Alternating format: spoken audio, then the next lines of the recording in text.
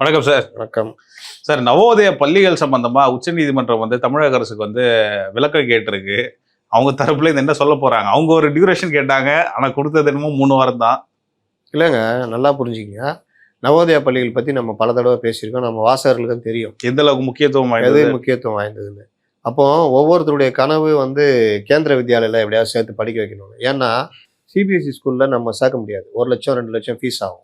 கேந்திர வித்யாலயனா யாராவது எம்பிக்கு ஒரு 5 சீட் இருந்தது. இப்போ அதுவும் கிடையாது. யாரையா பிடிச்சி கேந்திர வித்யாலயா சேர்க்கணும்னு அரசு ஊழியர்களாக இருக்கிறவங்க, முக்கியமாக மத்திய அரசு ஊழியர் பிள்ளைகளுக்கு கேந்திர வித்யாலயா ஃபர்ஸ்ட் ப்ரிஃபரன்ஸ். ஏன்னா இப்போ இங்க இருந்து திடீர்னு பூனேக்கு மாற்றுவாங்க. இந்த கேந்திர வித்யாலயம் தான் அந்த கேந்திர வித்யாலயா மாற்றிக்குவாங்க. அதுக்காக கொண்டு வரப்பட்டதான் அது. அப்போ அந்த கேந்திர வித்யாலயா மாவட்டத்துக்கு 1 2 தான் இருக்கும். நம்மள்ட்ட 54 என்னமோ இருக்குன்னு நினைக்கிறேன். அப்போ அந்த கேந்திர வித்யாலயில நம்ம சேர்க்கறதுக்கு ட்ரை பண்ணுவோம். ஏன்னா 8000 ரூபா 10,000 ரூபா ஃபீஸ், நல்ல கல்வி கிடைக்கும். கேந்திர வித்யாலயாவுடைய இன்னொரு வடிவம் தான் நவோதயா ஸ்கூல். இதை பல தடவை நம்ம பதிவு பண்ணியிருக்கோம். மத்திய அரசு நேரடியாக இது நீ இடம் கொடுத்தா போதும், அவங்க எல்லாத்தையும் முடிச்சு கொடுத்துருவாங்க. அங்கே அட்மிஷனும் இப்படி தான், பணக்காரங்கலாம் கிடையாது. என்ட்ரன்ஸ் எக்ஸாமு அது இதுன்னு. இது மத்திய அரசு எல்லாத்தையும் பார்த்துக்குது. பாடத்திட்டம் மத்திய அரசுடைய பாடத்திட்டம், என்சிஆர்டி சிலபஸ்ஸு. அப்போ அதில் படிக்கிற பசங்களுக்கு நீட்டு டெட்டு மற்ற எல்லா தேர்வுக்குமே அவங்க தயாராகிடுவாங்க. சின்ன வயசுலேருந்து இது 3 மொழி இதெல்லாம். இன்னொன்று பிஎம்சி ஸ்கூலு. பிஎம்சி ஸ்கூலில் கேந்திர வித்யாலயோடைய அப்டேட் வெர்ஷன், அது இன்னும் மாடர்னான ஒரு இது. இப்போ இதெல்லாம் இதில் கேந்திர வித்யாலயா அனுமதிக்க மாட்டோம். சரி, இது கேந்திர வித்யாலயா இங்கே இருக்குது, அதனால் பிஎம்சி ஸ்கூலு நவோதயா அனுமதிக்க மாட்டோம்னு இந்த லகுடபாண்டியன் முடிவு எடுத்தாங்க. ஏன் எடுத்தாங்க? இவர்கள் ஒரு கொள்கை முடிவு, இருமொழி கொள்கை அப்படின்னு. இன்னொன்று, இதை கையில் எடுத்துக்கிட்டா தான் உருட்டலாம். இப்போ மத்திய அரசு, இப்போ தமிழக அரசு ரொம்ப அழகாக ஒரு பக்கம் சட்டம் சிக்கல், இன்னொரு பக்கம் இவர்களே நல்ல முடிவு எடுக்கிறாங்க. நாங்கள் யோசிக்கிறோன்றாங்க. இதை வச்சுக்கிட்டு நீங்கள் பாருங்கள், நாளைக்கு எப்படி உருட்ட போகிறாங்க. இந்தி திணிப்பு, பாஜகவுடைய பி டீம் சொன்னோம் கேட்டிங்களா, அதுதான் அப்படித்தானு கம்யூனிஸ்ட் கூட பேசுவாங்க. ஏன்னா அவர்களுக்கு அந்த தன்மை போய் ரொம்ப வருஷம் ஆகுது. பேசாமல் இருந்து கரெக்டு தான் சொன்னாங்கன்னா நான் பாராட்டுவேன், உண்மையிலே பாராட்டுவேன். அப்போது இந்த நவோதயா ஸ்கூலு சம்மந்தமாக வழக்கு போடப்படுது. அந்த வழக்கறிஞர் பிரியதர்ஷினி அவர்கள் போடுறாங்க. இங்கே இருந்துட்டு என்னென்னவோ பண்ணுறாங்க. இதெல்லாம் எப்படி வாதம் பண்ண முடியும்? இந்தியாவில் எல்லா மாநிலத்திலும் இருக்குது. கேரளாலாம் சூப்பராக இருக்குது. கர்நாடகாவில் ரொம்ப அட்டகாசமாக இருக்குது. இங்கே மட்டும் என்ன இந்த கேள்வி வரும் பொழுது அதெல்லாம் முடியாது. ஏன் முடியாது? இந்தி திணிப்பு. இந்தி எப்படி திணிக்கிறதாகும்? இன்னும் கேட்டிருக்காங்க, எப்படி திணிக்கிறதாகும்? இல்லை அவங்க ஹிந்தி படித்தா உனக்கு என்ன? சரி, ஹிந்தி மட்டுமா திணிக்கிறாங்க? ஹிந்தி மட்டுமா இருக்குது 3வது மொழி? எனி ஆப்ஷன் லாங்குவேஜ் தானே இருக்குது. ஆமாம். அப்புறம் ஹிந்தி திணிப்பு நீ எப்படி சொல்லுவ அப்படின்னு? இல்லை மயிலா, எனக்கு அவ்வளோதான் தெரியும் மயிலா. எங்கள் கொள்கை முடிவும் கொள்கை முடிவுலாம் கொண்டு போய் உங்கள் வீட்டு வெங்காய கொடுக்கல வச்சுக்கோ. கேந்திர வித்யா நவோதயா பள்ளி ஏன் திறக்க மாட்டாங்க காரணம் சொல்லு. இப்போ என்ன ஆயிடுச்சு? சார் நாங்கள் அதை பற்றி பரிசீலிக்கிறோம், எனக்கு டைம் கொடுங்க, 3 வாரம் டைம் சொல்லிட்டாங்க. ஓகே, இப்போ நவோதயா பள்ளியில் திறக்கணும்னா அந்தந்த மாவட்டத்தில் இடம் கொடுத்தா போதும், நவோதயா பள்ளியில் வந்துடும். இது ஒரு நல்ல முன்முயற்சி. இன்னொன்று, இதே இதில் மும்மொழி கொள்கையில் 8ஆம் கிளாஸ் மேலே கொண்டு வராங்கல்ல, அதே நீ கோர்ட்டு தலையிட்டு இருக்குது. 6ஆம் கிளாஸ்லேருந்து கொண்டு வா, ஏன்னா அப்போ தான் பசங்களுக்கு டைம் கிடைக்கும் அப்படின்னு. அது ஒரு நல்ல விஷயம். பிஎம்சி ஸ்கூலும் நாங்கள் ஏற்கனவே பரிசீலிக்கிறோன்னு கல்வி அமைச்சர் ராஜ்மோகன் சொல்லியிருக்காரு. இது எல்லாம் நடக்கட்டுங்க, மாற்றம் வரட்டுங்க. மாற்றம் வந்தால் தான் நம்ம பிள்ளைங்க படிக்குங்க. நவோதயா பள்ளினா ஏழை பிள்ளைங்க போய் படிக்கும். அதுங்க அந்த பெரிய பெரிய சிபிஎஸ்சி ஸ்கூலு, இன்டர்நேஷ்னல் ஸ்கூலுக்கு இணையா அந்த கல்வி தரம் இருக்கும். அந்த பிள்ளைங்க படித்து வரும். அதுங்க அந்த சிலபஸை கற்றுக்கிட்டு போகும்போது அதுங்க நீட்டு அதுன்னு வரும்போது இது இருக்கும். ஒரு ஐஏஎஸ் வருவான், ஐபிஎஸ் வருவான். அந்த கல்வி தரம் நல்லாயிருக்கும். இவர்கள் 10ஆம் பசலித்தனமாக அதை உள்ள விடாமல் இருந்தாங்க. இப்போ பரவாயில்ல, இந்த கவர்மெண்ட்டு பரவாயில்ல.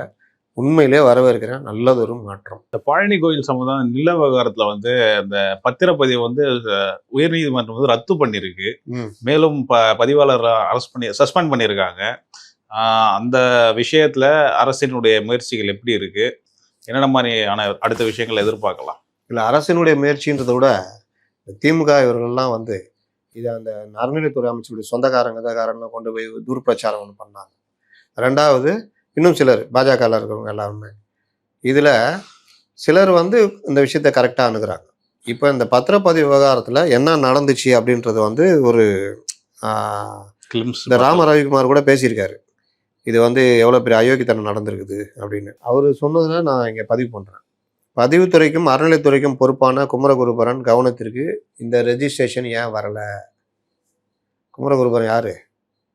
போன கார்பரேஷனு கமிஷனரு, அதுக்கப்புறம் பவர்ஃபுல் இதில் பத்திரப்பதிவும் அவர் தான், அறநிலைத்துறைக்கும் அவர் தான். ரொம்ப நல்லா இருக்குதுல்ல இது. இங்கேருந்து எடுத்து அங்கே போட்டுக்கலாம், அங்கேருந்து எடுத்து இங்கே போட்டுக்கலாம். அமைச்சர் ரமேஷ் மீது அவதூறு பரப்ப திமுக ஐடி விங் செயல்படுகிறதுன்னு இந்து மக்கள் கட்சியுடைய ராம ரவிக்குமார் சொல்கிறாருன்னா உண்மையிலேயே நல்ல விஷயம். அவங்க நிலைமையை புரிஞ்சிருக்காங்க. பதிவு மற்றும் அறநிலைத்துறை அமைச்சர்கள் இருவரும் தவறு நடந்ததை ஒப்புக்கொண்டனர். ஆனால் உடனிருந்தே அதிகாரிகள் கெட்ட உள்நோக்கத்தோடு அரசின் பெயரை கெடுக்க பார்க்கின்றனர். முக்கிய காரணமாக இருப்பவர்கள் அவர் குமரகுருபரன் ஐஏஎஸ் மற்றும் மாரிமுத்து, அவர் தான் அந்த அடிஷனல் செக்ரட்டரி.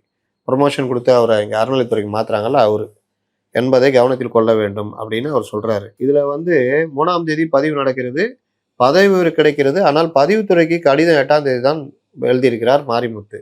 இதை மடைமாற்றும் விதமாக பழனி கோயிலுக்கு இந்த மேட்டரை அப்படியே டைவெர்ட் பண்ணுறதுக்கு 100 கோடி ரூபா வருமானம் வந்திருக்குது, பஞ்சாமிர்த விற்பனை வரலாறு காணாத அளவுக்குன்னு டைவெர்ட் பண்ணுறாங்க அப்படின்னு அவர் சொல்கிறாரு. செய்திகளுக்குரிய பத்திரப்பதிவு முயற்சியை அமுக்க பார்க்குறாங்க அப்படின்னு இதை நான் குற்றச்சாட்டாக வைக்கிறேன்.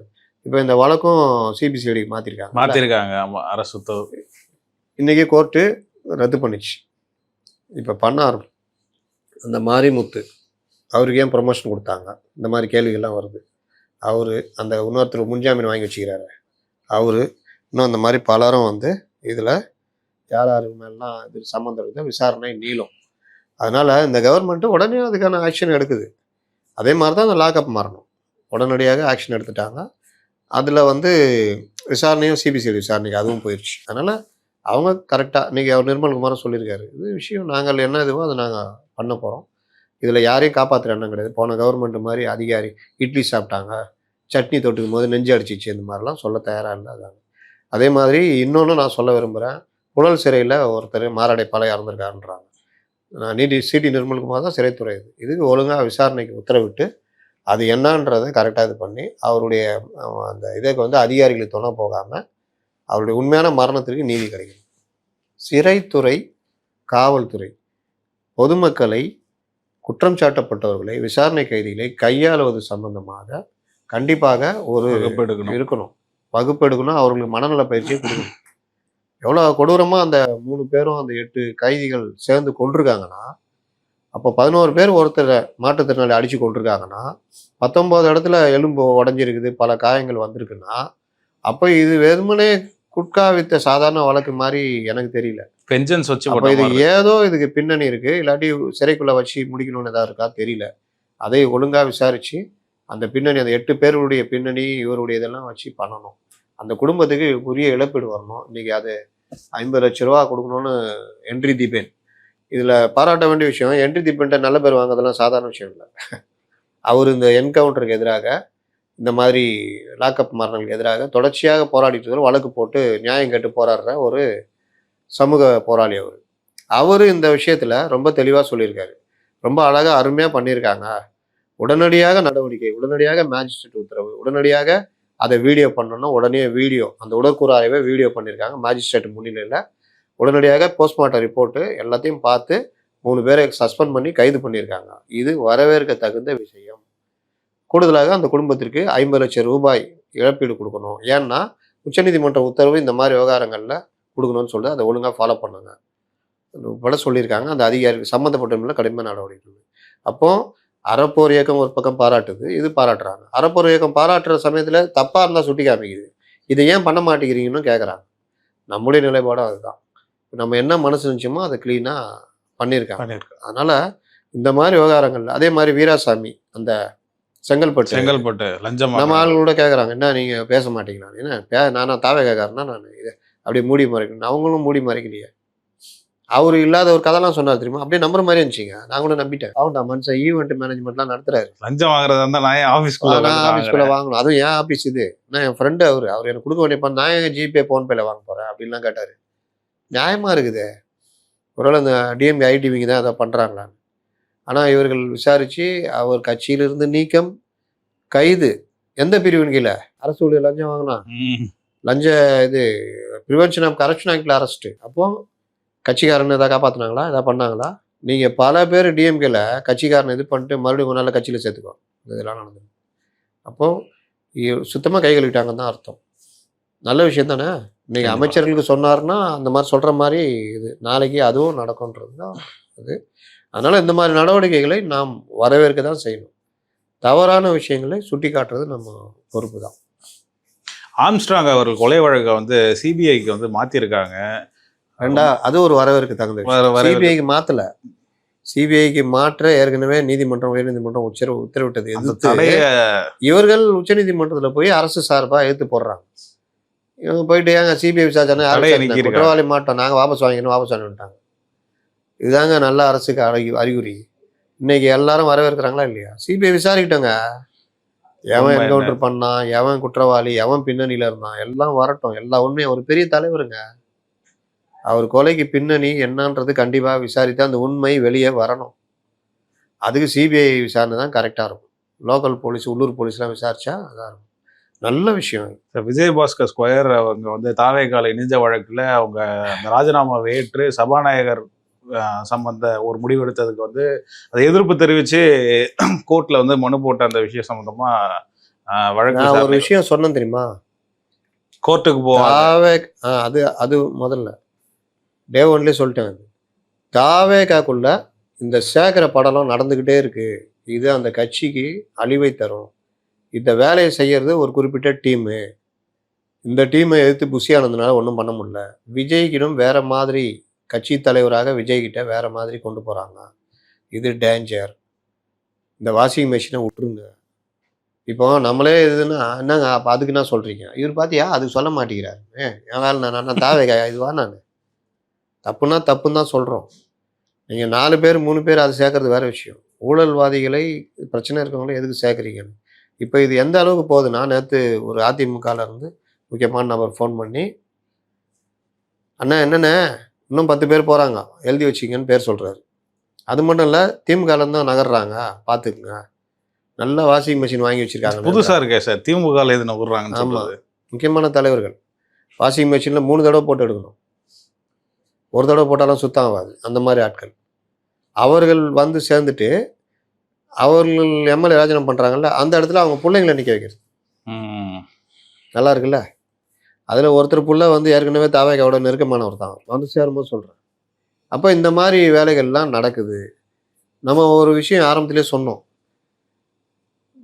அந்த அதிமுக கட்சி தலைமையை மீறி ஆதரிச்சாங்க.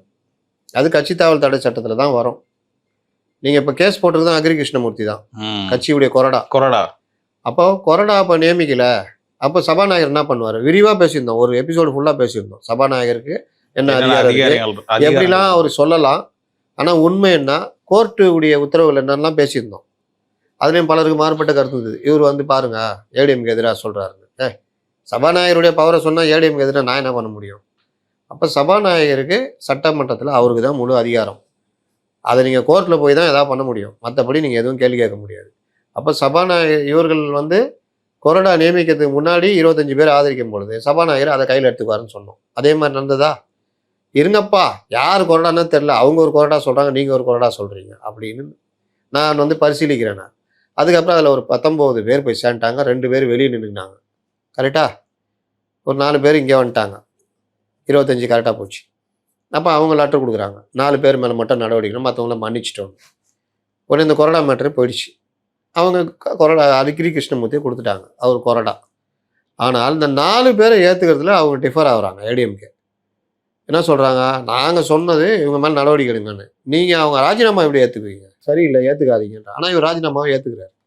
அப்போ இந்த விவகாரத்தில் உச்சநீதிமன்ற தீர்ப்பு, இதுக்கு முன்னாடி கர்நாடகாவில், மகாராஷ்டிராவில், மற்ற இடங்களில் இதே ஒரு நடந்த பொழுது இதை எப்படி சபாநாயகர் பார்க்கணும் தீர்ப்பு இருக்குது.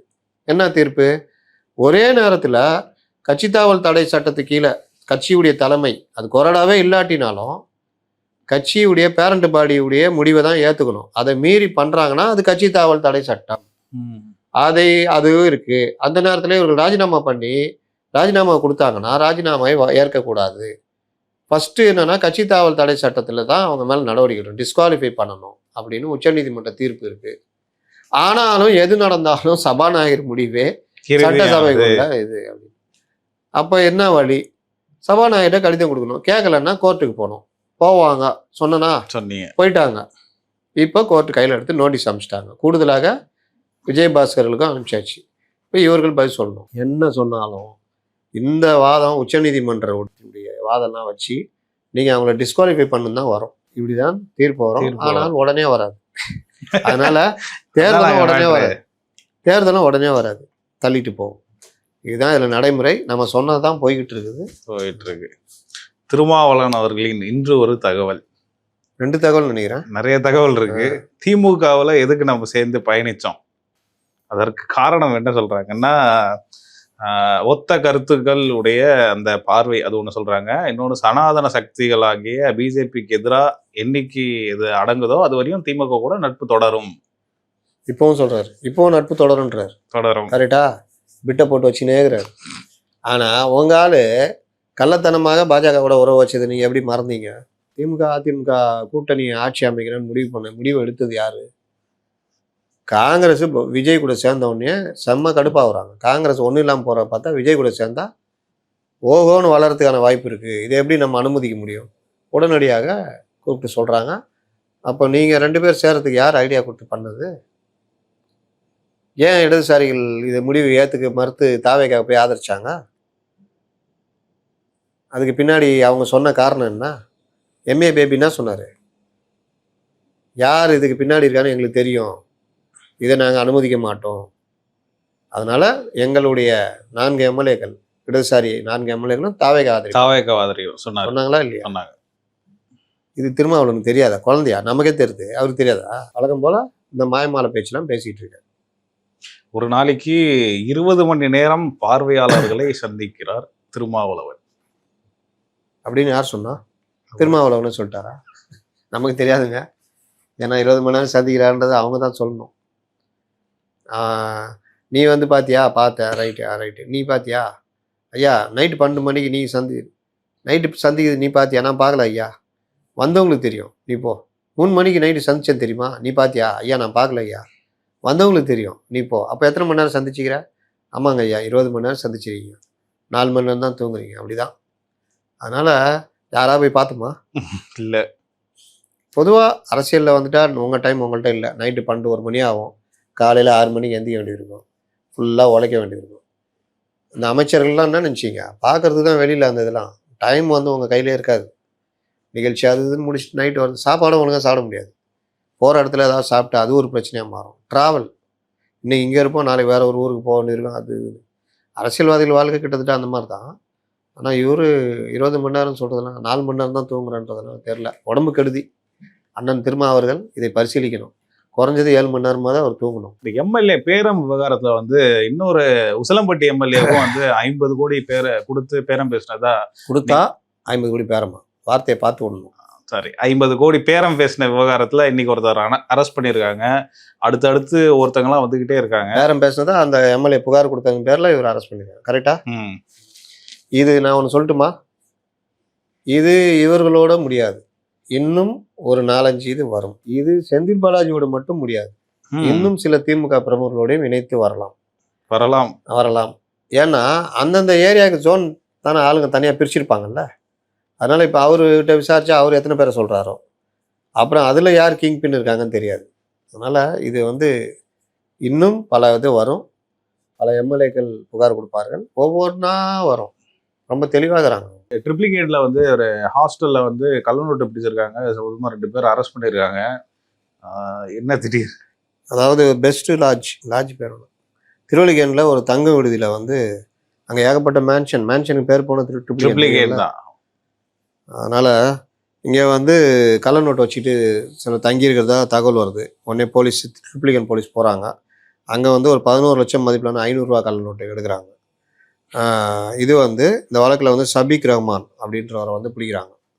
அவர்கிட்ட அவர் கொடுத்த தகவலில் ரவிச்சந்திரன், சபீக் ரஹ்மான்கிட்ட 11 லட்சம் மதிப்புள்ள 500 ரூபா நோட்டு, கள்ள நோட்டு. ரவிச்சந்திரன்ட்ட 22 லட்சம், 22.80 22 லட்சம் உண்மையான பணம் இருக்குது. இந்த 11 லட்ச ரூபா கள்ள நோட்டு, இவர்கிட்ட 22 லட்சம் உண்மையான பணம். இவர்கிட்ட வந்து என்னன்னா டபுளிங் வாங்கல, அந்த நீங்கள் வந்து 2 லட்ச ரூபா கொடுத்தீங்கன்னா 4 லட்ச ரூபாய் மாற்றி தரேன், 4 லட்ச ரூபா கொடுத்துருவாங்க கள்ள நோட்டு. நீங்கள் அதை நீங்கள் வெளியில் மாற்றுறது உங்கள் சாமர்த்தியம். மாற்றிட்டீங்கன்னா உங்களுக்கு 4 லட்ச ரூபா நல்ல பணம் கிடச்சிரும்.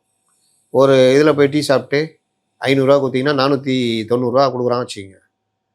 உங்களுக்கு டீயும் குடிச்சிட்டீங்க, 490 நல்ல பணம் வந்துடும், அவங்ககிட்ட 500 போயிடும் கள்ள நோட்டு.